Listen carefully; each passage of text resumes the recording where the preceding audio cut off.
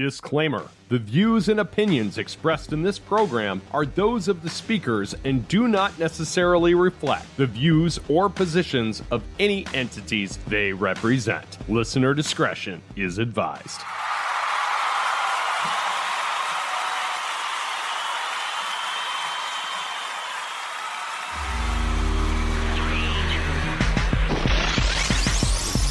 Simultaneously heavy and euphoric. In 2004, the band Letter Kills emerged with the anthemic and inspiring album, The Bridge. The lead single, Don't Believe, challenges its listeners to believe in something more than just other people. A higher purpose, a higher power, with the interpretation beholden to its end listener. On this episode of the podcast, I am privileged enough to speak with Matt Shelton, the lead singer of Letter Kills. We talk about that band's journey, his journey, and where things are going next. This is one of my all-time favorite albums and all-time favorite bands.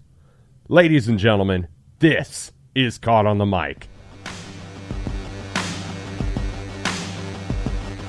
Normally, when I have a podcast guest on my show, we start off with this big fancy introduction. We have the formalities, but I'm going to break cadence today because one of the greatest things that I can recite as far as nostalgia goes, coming up in the late 90s, early 2000s, especially as a former band guy myself, everybody was kind of compartmentalized by genres, by styles, by subgenres, and so on and so on.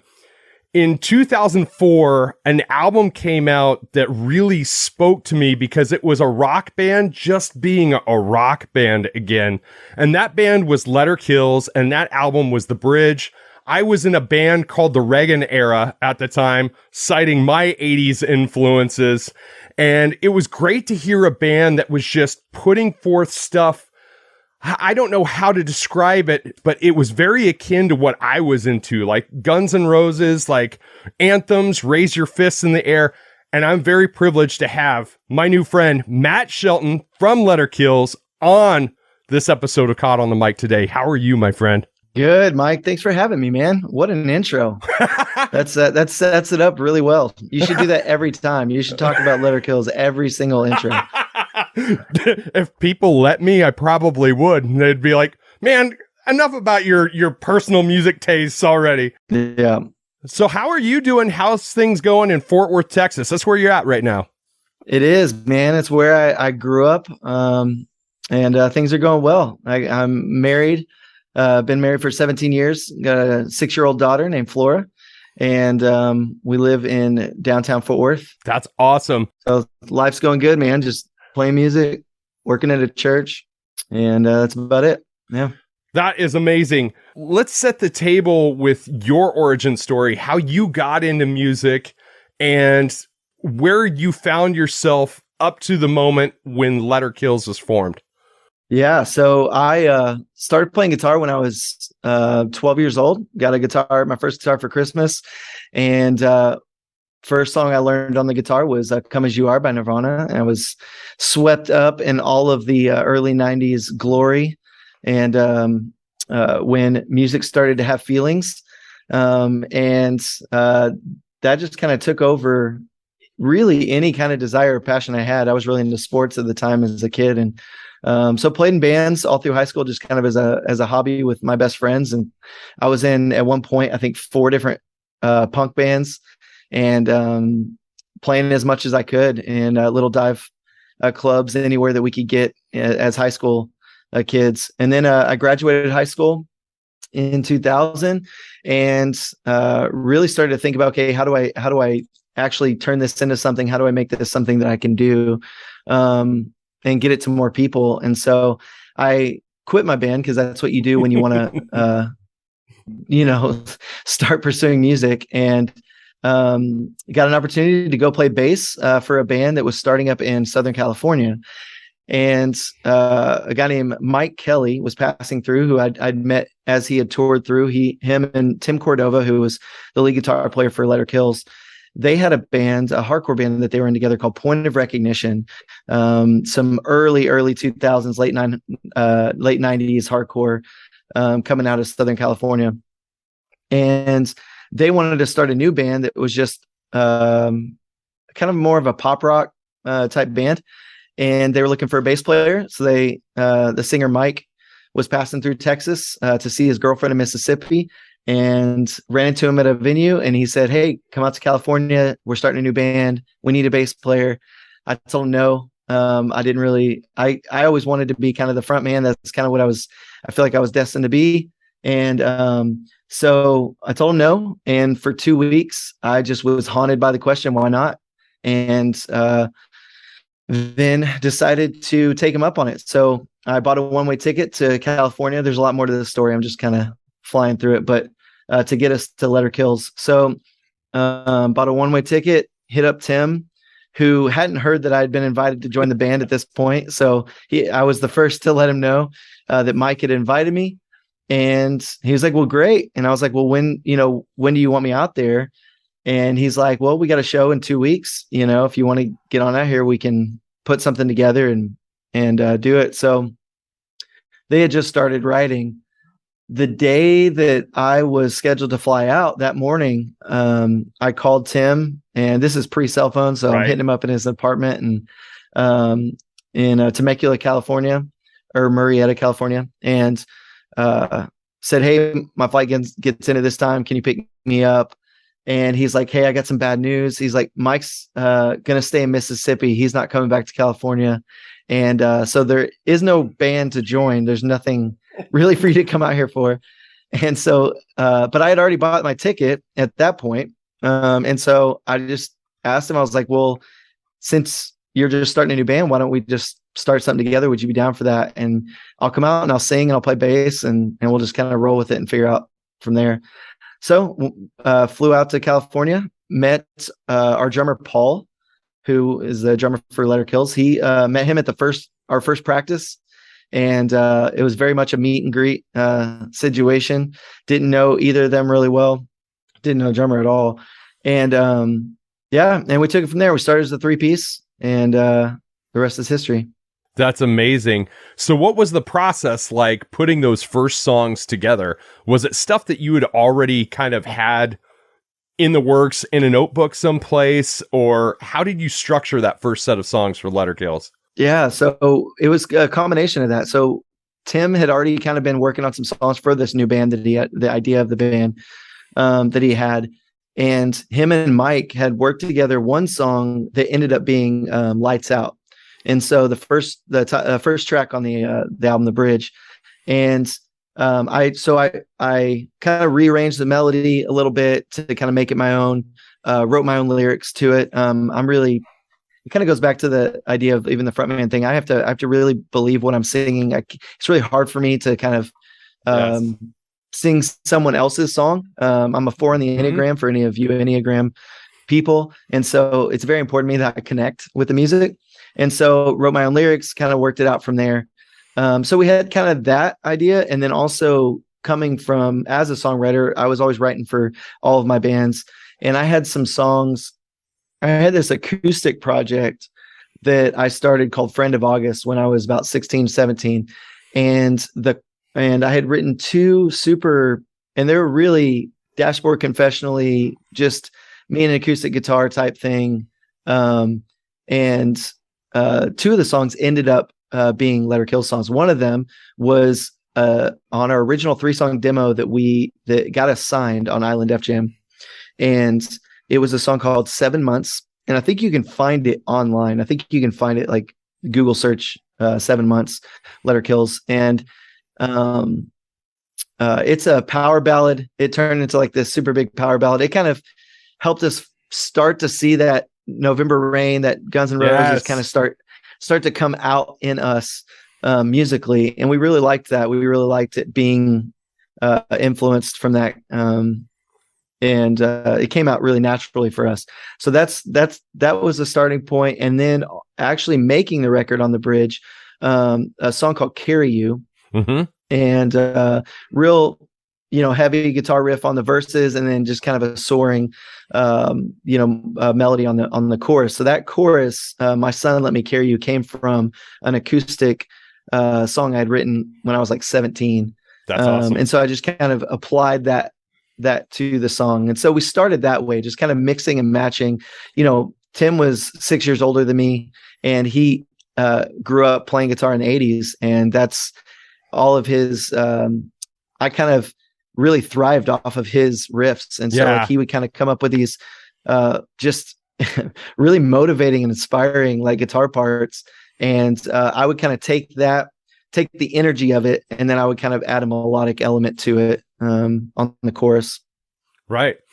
So what would be an influence at that time that would surprise people if you shared?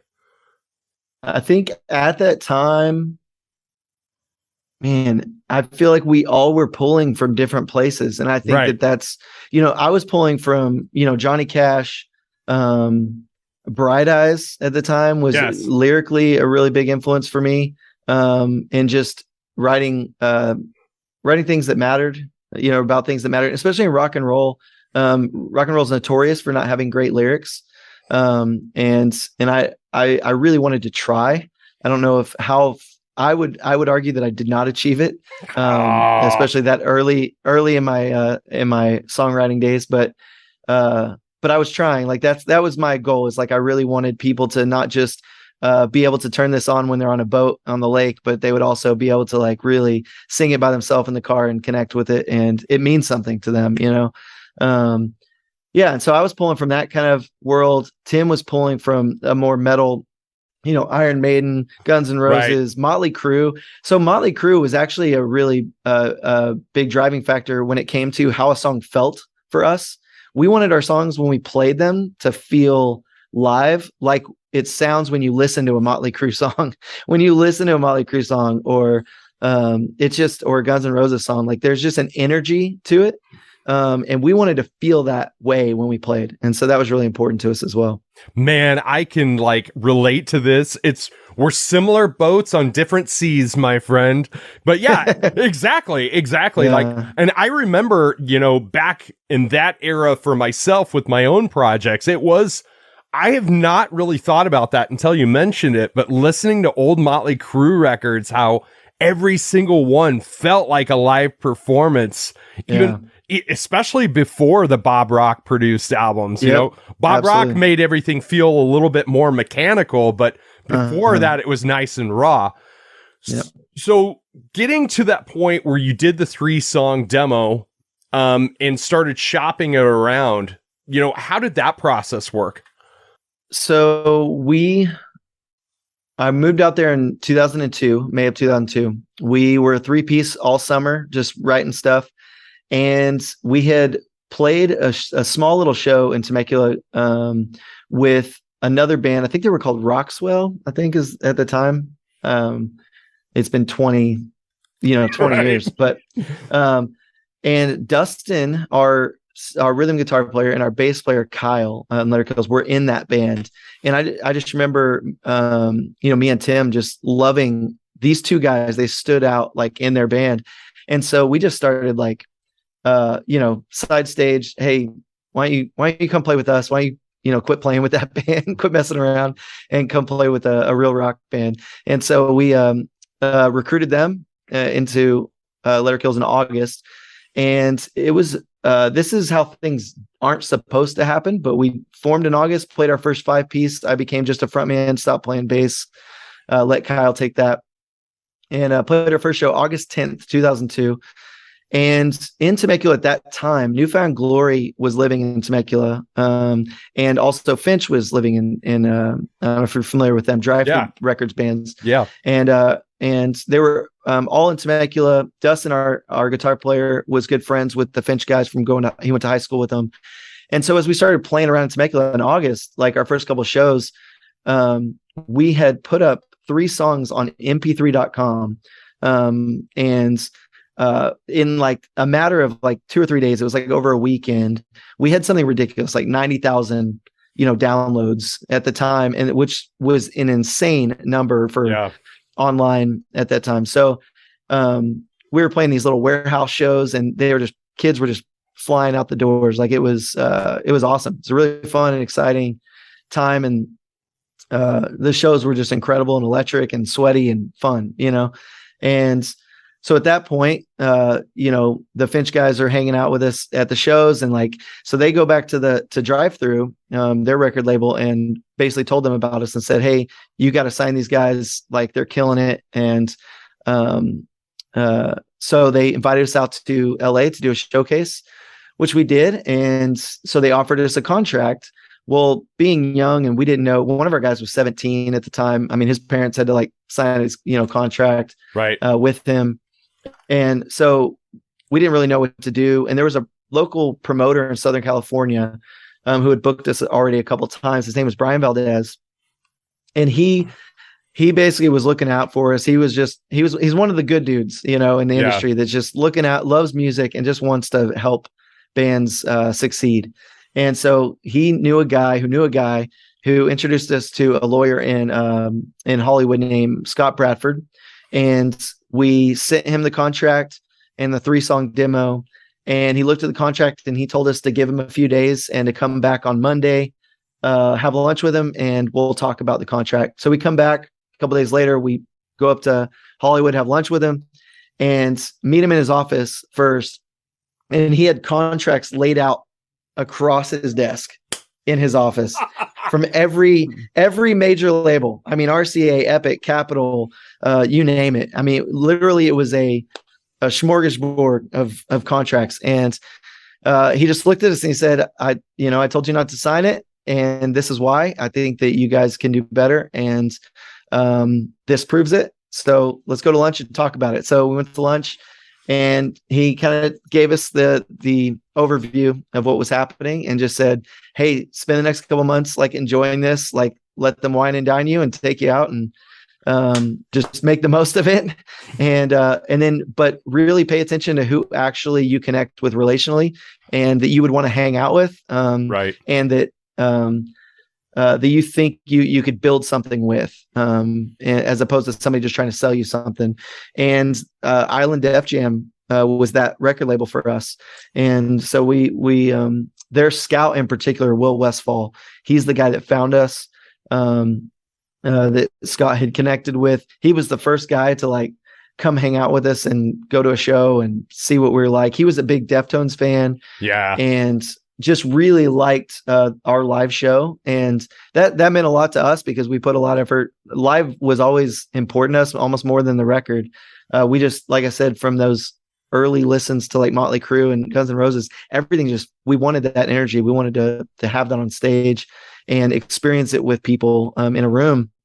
And he saw that and he recognized that. And that's the thing he actually encouraged in us and honored in us and spoke up about. And so that meant a lot to us. So we connected with them.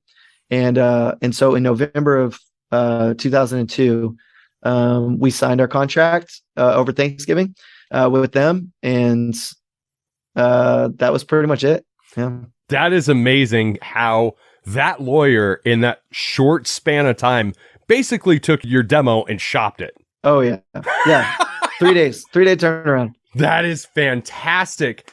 Now, how the music business model has changed, and we'll kind of get to that later on down the line. Isn't it kind of funny how the dynamic is constantly shifting from live value to recorded value back to live value? And it's almost like it's a big cycle in a roundabout way.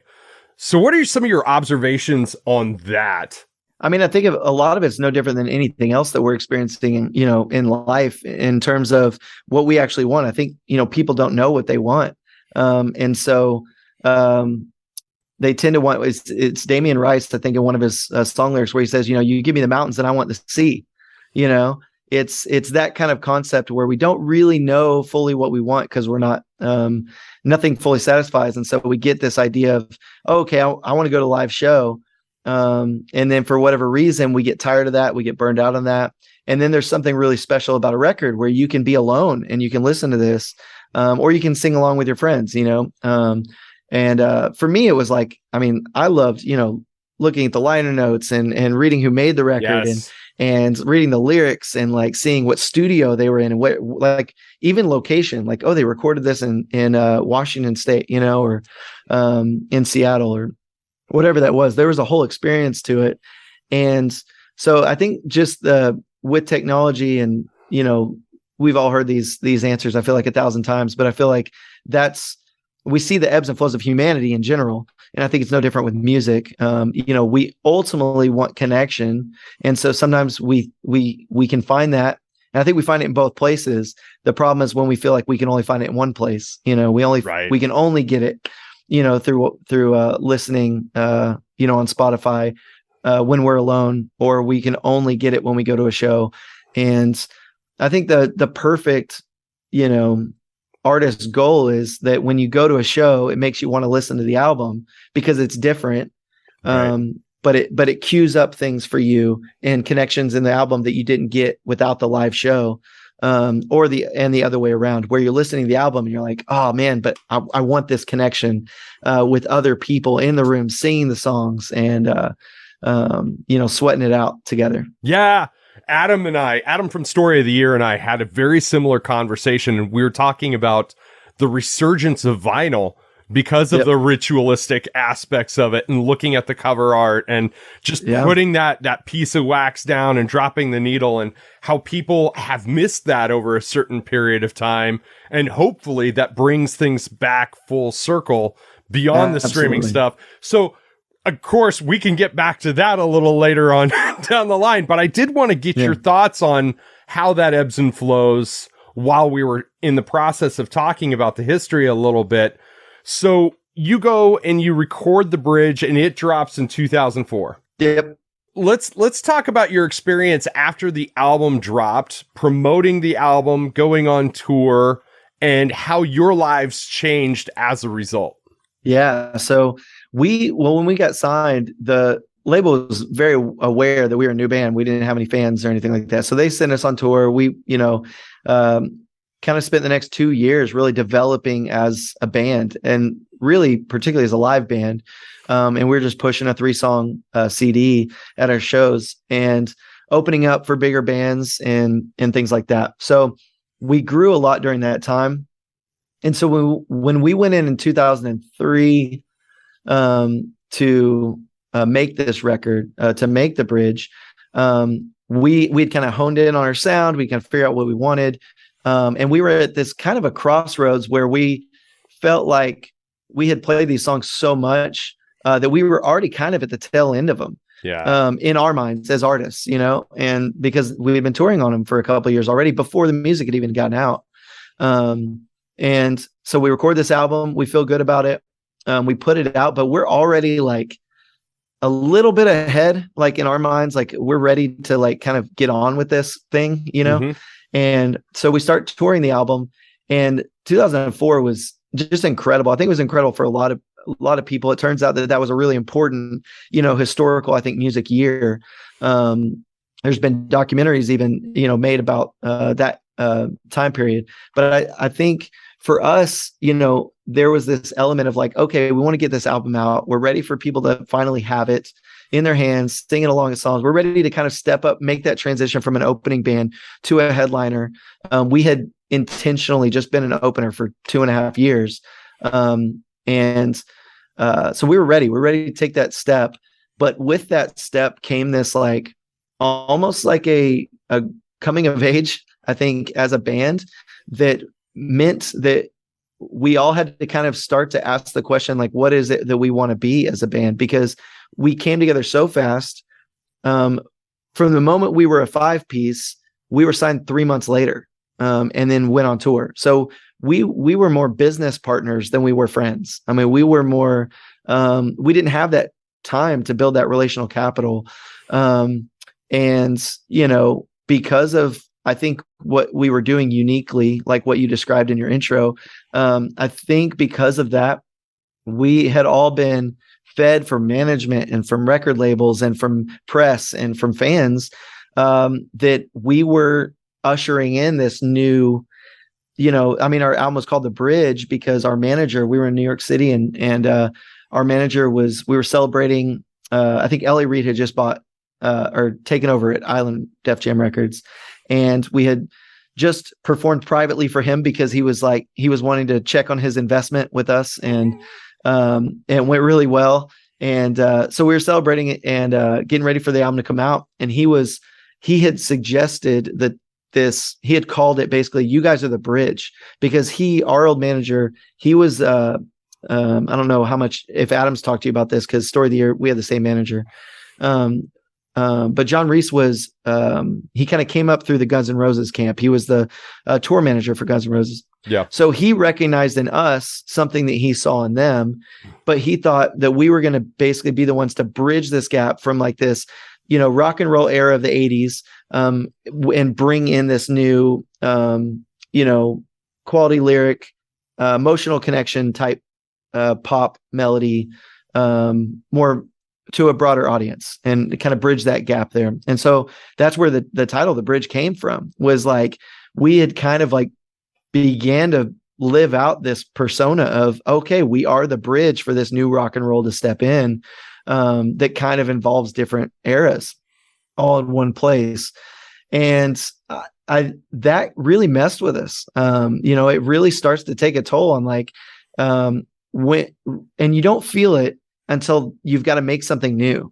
Right. And so we were recording, we made this record, we toured it, everything was great. And then we toured the record for the next year. 2004 was great. And then 2005 came along. We did our first headlining tour. That went really well, and that was a blast. And now it's time to make a second record. And that's when you got to kind of step back and ask the question, okay, what is it that we actually want to be? Because this is who they're saying we are.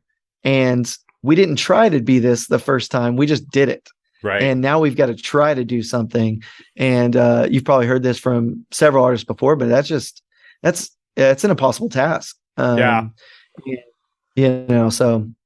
Yeah. Just being a music fan, and a musician simultaneously. So let me throw that qualifier out there.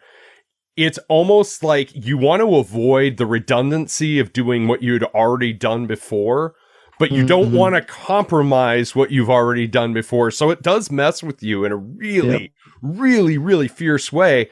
And there was this amazing bubble that you guys were a part of at that time in 2004, when Avenged Sevenfold was kind of starting to come into the mainstream. You guys, Mike Hem was coming into the mainstream, and it was like, man, rock and roll is back. I mean, everybody, again, like I said in the intro, everybody wants to throw it in a box, throw it in a genre, a subgenre. But I imagine that was pretty stressful, trying to create a follow-up to something you guys had spent so much time on already. Mm-hmm. Absolutely. And we had, and also I think some of like the age element came into play. Cause I mean, you have a guy that's 17 when you first get signed, and you make a piece of music. I mean, how much does your music, interest change between 17 and 22? Like that's a big shift. Yes. Musically, you go through a lot of like, what do I like? And, what am I into? And so there was an element of like, when we tried to write, all of us were coming again from different angles, but it wasn't getting us the same results. And we tried to make that work because we all wanted to make it work. And I remember our first set of demos our first 5 demos we sent to Island, and literally the response from our A&R guy was, "What is this shit? Like, this is not what I signed. Like, is this a joke? Like, are you guys messing with me?" Like, he literally thought it was a joke. He thought you guys are messing with me, because we had basically sent him these songs that were this really bad demo version of like almost like a psychedelic, almost more towards like a Led Zeppelin, Grateful Dead route than it was an Aerosmith, Motley Crue, Guns N' Roses route. And so, and none of us were really happy with it either. That's the thing, is like, we were trying to make it work. And so we spent about a year writing songs, and I wouldn't be surprised if we wrote 100 songs, that year, trying to find something.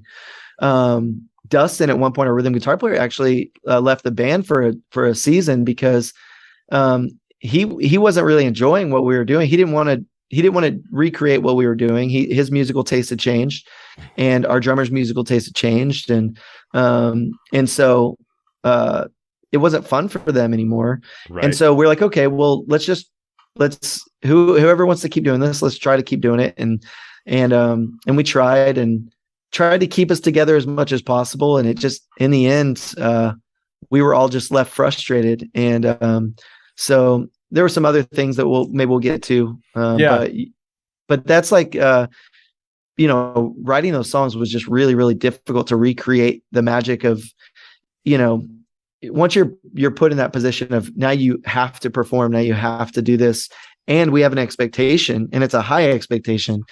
For us, we just weren't ready for it. We didn't know how to navigate it.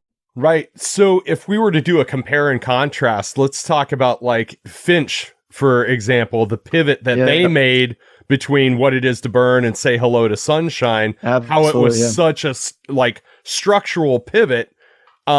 I can imagine it was a similar boat for you guys, but on being on Island Def Jam, the stress must have been like so much heavier. I mean, I couldn't imagine, being under the weight of that. So at that point in time is kind of when you guys decided to call it a day. It was a mutual decision, I'm assuming. Yeah. So like, there's multiple factors. So like, there are two things probably that we look back and we're like, that could have helped us probably keep going. One of those is it, like you said, being on Island Def Jam was a pressure because, they were great. And like, literally we had no issues with them, but I mean, they've got to sell records. And if we're not going to do that, it makes zero sense for them to work with us. Right. And we didn't really have the freedom to explore. And that was a time where we needed at least some time to explore. And I think we would have signed with maybe a more independent label. I think we probably could have weathered that a little bit better. Right. We would have seen probably a little bit of a crash of like, okay, this isn't it, but we needed to know that wasn't it, to get to where we needed to go. And we didn't have that luxury, being on Island. And so, I remember being in Paul's garage. That's where we rehearse, out in Temecula. And we were in the kit. We were kind of frustrated. We had tried jamming out some songs and just weren't feeling it. And we were like 9 to 5 in it at that point. We were like, we'd wake up in the morning for 8 hours, just go into the garage and jam out songs and ideas and do everything we could. And went into the kitchen, and me and Kyle were playing cards. And my dad had just had a heart attack at the time, and my dad's had multiple heart attacks, but at that time he had a pretty bad one. And at that point, I was a year into my marriage, and I had been married a year before, and my wife was living in Texas, and I was essentially living in California. So that was really hard on us at that time.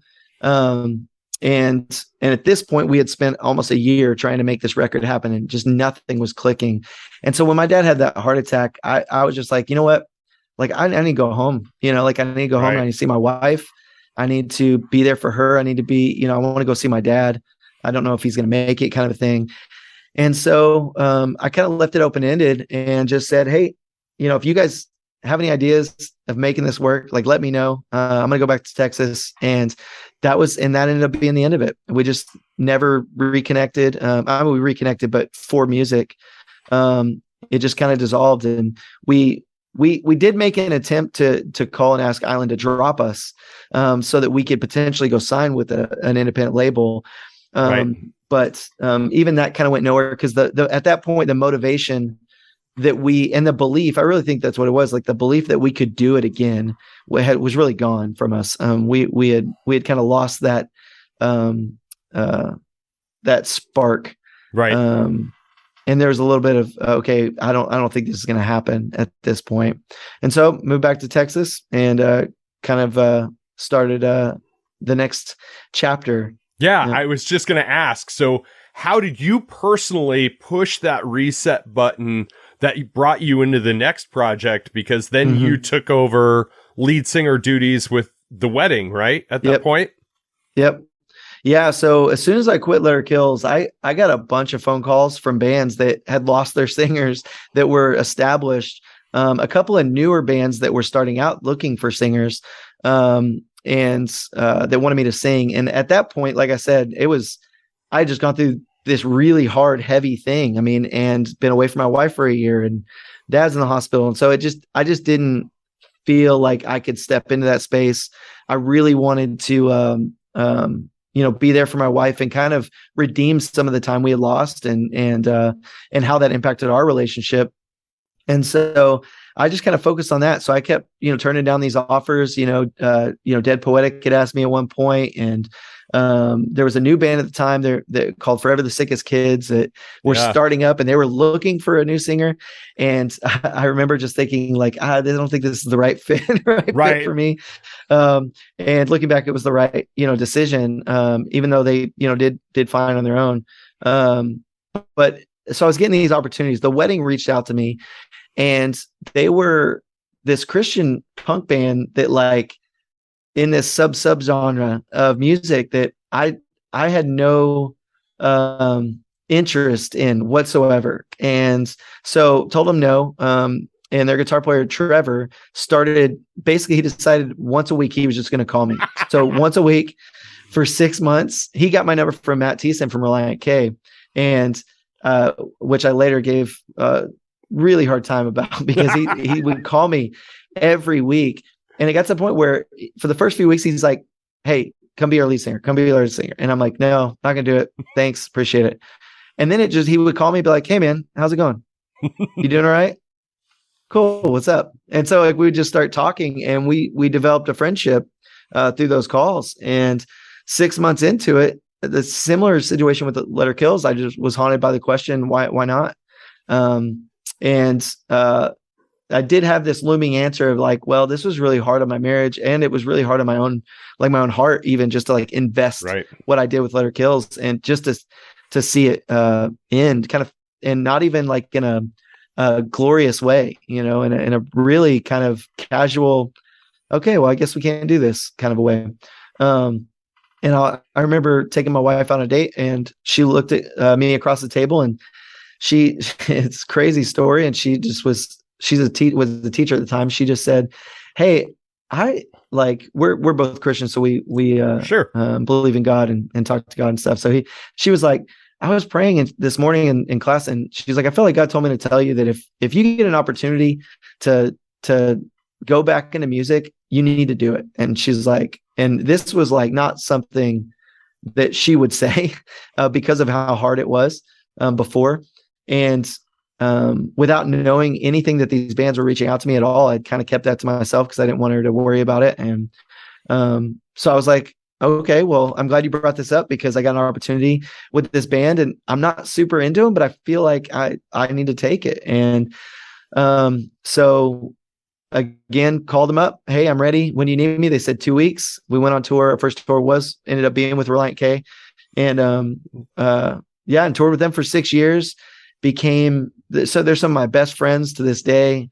And it kind of redeemed a lot of my love for music and the belief that I could still do it, in terms of that I had a gift and that I could use, and I could work at it and fight for it. And it really breathed new life into me in a way that I'll be a musician for the rest of my life, I think, because of that, that kind of redemption element. And, in Letter Kills, we were in buses and hotels and crew and all that kind of stuff. In The Wedding, it was sweating it out and sleeping in Walmart parking lots and 15-passenger van with a bunch of, guys. And it was awesome. It was really redeeming. How was that process of joining an established project as opposed to shaping a project from scratch?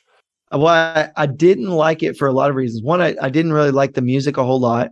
I thought it was good. It's not like that. It just wasn't like my style. Right. And then kind of going back to the beginning, like I have to connect with what I'm singing about. And I did not connect, with the lyrics, originally. And it was really hard to sing another person's, songs. Right. That was a really difficult transition for me. I try to make it my own kind of a thing.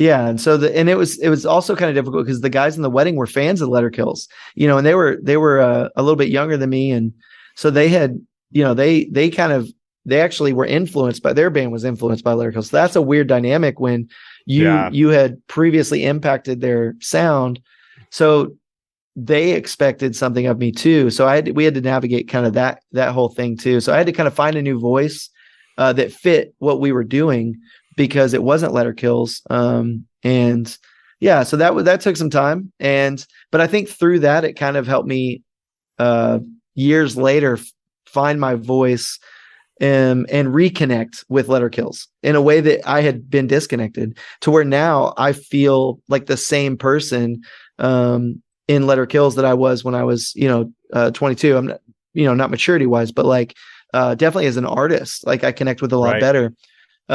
Me and, I don't know if this is a separate question, but like that we would get to, but me and Tim and Kyle, the bass player, have been passing music back and forth again for the first time, in 20 years, because there's kind of this like feeling of like, oh, okay, we've kind of settled in to who we are. We know who we are, and we're able to enter back into what Letter Kills was in a way that we couldn't, when we were still trying to find our identity a little bit. This is a bad term, but it's kind of like trauma bonding, where you all go through this big experience together, that you have this lifelong bond, whether you want it or not. It's there. So I get that. So pushing you to now, you've been doing Panther City Riots for how long now? My album came out a little over a year ago. Yeah. Yep. Yeah. So was that something you started writing on after the wedding, or? Yeah. So I left the wedding to get into full-time ministry and work at a church in downtown Fort Worth, and I oversee our music and arts, and really kind of pastor artists and things like that a lot. But I can't stop creating. That's what I do. And so I was writing music, and I really missed live performance. Again, you talk about the ebbs and flows. Like it wasn't enough for me just to like go and record a song or something. Like I wanted to play on a stage, and I wanted to, sing songs with people, real people, and get sweaty and play some rock and roll, get loud. I wanted to yell, all that kind of stuff. So, so I just started writing songs basically so I could play shows. And I wrote 5 songs because I knew I could get away with a 30-minute set. So I wrote 5 songs, and I got some friends together, and we just started playing shows. And then it kind of bothered me, because I was kind of frustrated that I wasn't. Now I have this thing that is pretty good, and I'm not like doing. It's like I don't care about it. It's like I'm neglecting. It's this thing that's just there for my amusement, and it's like, well, I mean, songs aren't just meant for ourselves. Like they're meant to be shared. They're meant to be, like built upon and nourished, and all of this stuff. So I decided I was going to nourish it. I was going to invest in it and put some time into it, and record an album and play more shows and things like that.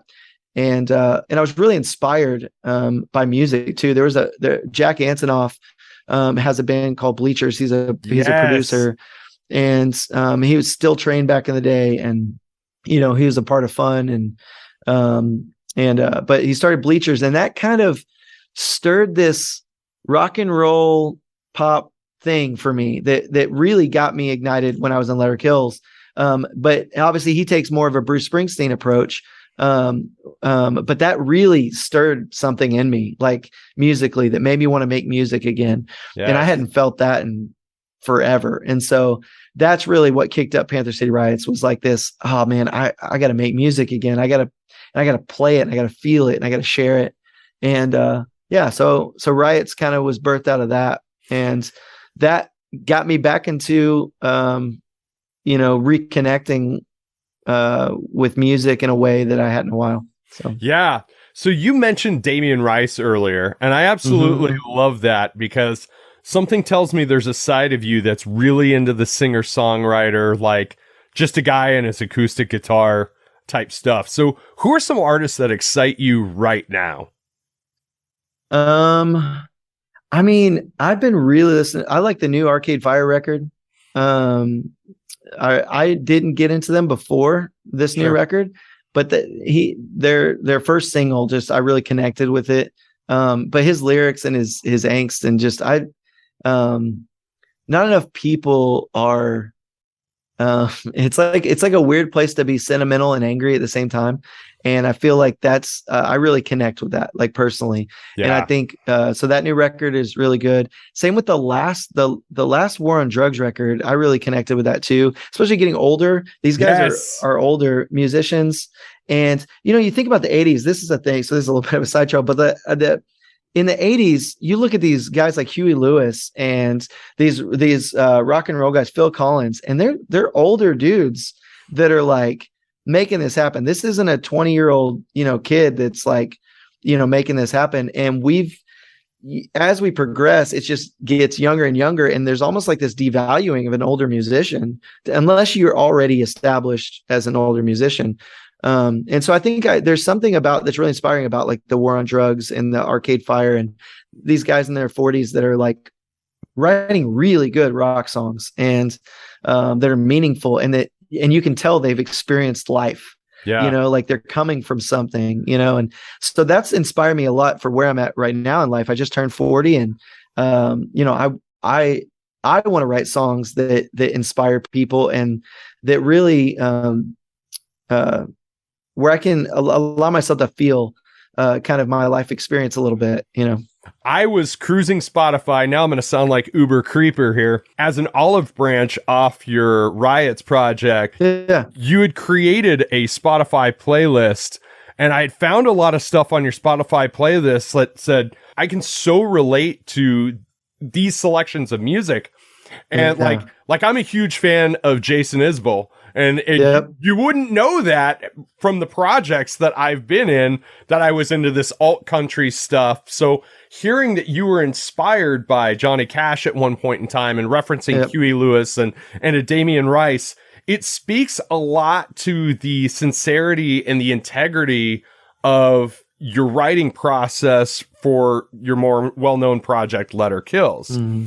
How is that going to continue on as you create new music in the future? Yeah. So I feel like, again, this comes back to a little bit of ridding myself of insecurities as I get older and allowing myself to not be afraid to be influenced. Right. And not being afraid to show my influences because, and that's really what the Bleachers taught me. I think I watched an interview with Jack where he talked about how he was just tired of hiding his influences, and I connected with that because what keeps me from writing and what keeps me from being sincere is this hesitation that it sounds too much like this, or it feels a little bit too much like this, or I can't say that because of XYZ. It's like allowing yourself the freedom to be let all of your influences come out, because we are individually, we are all so unique that you and I could write the same song and play the same song and they would sound completely different. And even if we're playing the same instrument, singing the same song and the same lyrics, they're going to be completely different. So just allowing myself to be, letting my influences come out, knowing that sometimes you'll be able to point them out, but sometimes you won't. But to me, that's where I find myself at the center of all of the things that I enjoy, right, about music. It allows me to kind of fill my music with that. And that's what I want to, spend the rest of my days doing is writing songs that there's where I'm content with the song, even if no one ever hears it. Right. I'm content with playing it and listening to it because I've connected with it, as opposed to really worrying too much about like how somebody might perceive the song. And it may seem obvious, but that's a really hard thing to do for an artist. I don't think it's limited to artistry though. Right. Because you talk about it societally. The line that I like to throw out to people is, you are an individual, so is everybody else. And the sooner that we all understand it, the easier it is for all of us to get along. So in a society that is trying so hard to keep us divided, whether it be politically, spiritually, any which ways, respecting those differences is probably the thing that could bring us together the fastest. Yep. So again, going back to my intro, it's kind of one of those things where putting things in a box, genres and subgenres, was almost as much as a bad thing as it is a good thing, because of that diversity that you can kind of speak to and experience through art and through music. So I got to ask the big question. 2018, there was some social media stir whenever you started creating basic social media sites for Letter Kills, that there was a potential reemergence of the band. You said in an interview in 2012 that it would probably never happen again. Is that true? So we want to make it happen. I don't want to say it's highly likely. It is likely that it will happen. It is unlikely that it will happen with all original 5 members. Right. And that's not a bad blood situation. We all still connect and still talk. Paul and Dustin have kind of like pursued other musical paths. It makes it really difficult for them to enter back in. Whereas me, Kyle, and Tim are still pretty much in the vein of where we were when we were in Letter Kills. And like I said, we've started kind of sharing music back and forth even. We're trying to do what we can. We got invited to a couple of festivals that they ended up, one of them, I think that they thought we weren't ready yet, so they kind of backed out. Another one, timing schedules just didn't work out. Sure. But we are working really hard. I mean, so I've been trying for years to make this happen. I really want it to happen. I think it takes a lot to do it. I don't think people understand, like, especially if it's not what you do full time anymore. And so we're trying to make a reunion show happen. We also would like to put out more music. I mean, we would like to, we've talked about, in addition to, there's some songs that we never released from the bridge. And so we've talked about releasing some of those. People have been wanting a vinyl for a long time. We've talked about doing that. But new music is what inspires me the most. So I always want to do something new. I want to be present. I want to be in the moment right now where we're at in 22, and put out what is Letter Kills in 2022. That's what I want to do, and what's funny is, like I said, because of the journeys we've been on, we've been able to kind of find ourselves in a place where we can actually enter in musically a lot closer to the bridge than we could even a year after it came out, which is crazy. But the stuff we've been sharing back and forth is, it's pretty good. We're excited about it. Let's make it a 2-part question. What is your advice for making the world a better place right now? Well, and I think love is the love is the answer. It is the way to rid ourselves of ourselves and make the other greater. And when we each make each other greater, then we don't have to elevate ourselves. Yes. And I think when we elevate ourselves, that's the problem. And so the second half of that question is, how is your art going to influence that in doing your part? I mean, definitely lyrically. I think one of that in my songwriting is me fighting that. I mean, in the recent Riots record, the idea of even the name Riots came because I was rioting with my own heart in the songs. And so it's this war against self, and that will be my cry for the rest of my life, is just working to die more and more to myself and love others well. Dude, I absolutely love that. Matt, I got to tell you, the world is such a better place having you in it. Thank you for all the art you've contributed. I'm looking forward to what the future brings. I hope I can say it. We're friends now, brother. Absolutely, Mike. Hit me up anytime, man. Yeah. So you ever make your way to Lincoln, Nebraska, there's a seat at my table. Awesome. I'll take you up on it. In 2004, when Letter Kills was on the Nintendo Fusion Tour, there was an off date where My Chemical Romance was doing a show in Omaha, Nebraska in a club. There was probably less than 100 people, maybe 150 people there. And my bandmates and I all went down hoping that Letter Kills would be the opener, and we're so bummed out. But this totally made up for it. What a great conversation with Matt Shelton. Make sure you give him a follow on social media and follow Letter Kills. Search them out. And while you're being generous with the follows on social media, make sure you follow Caught on the Mic on all forms of social media. Visit me, www.caughtonthemic.com. I appreciate those 5-star reviews on Apple Podcasts and Spotify. And I'm always willing to engage with my listeners and potential future guests. This has been Caught on the Mic with Michael Clark. I'm Michael Clark. Until next time, thank you.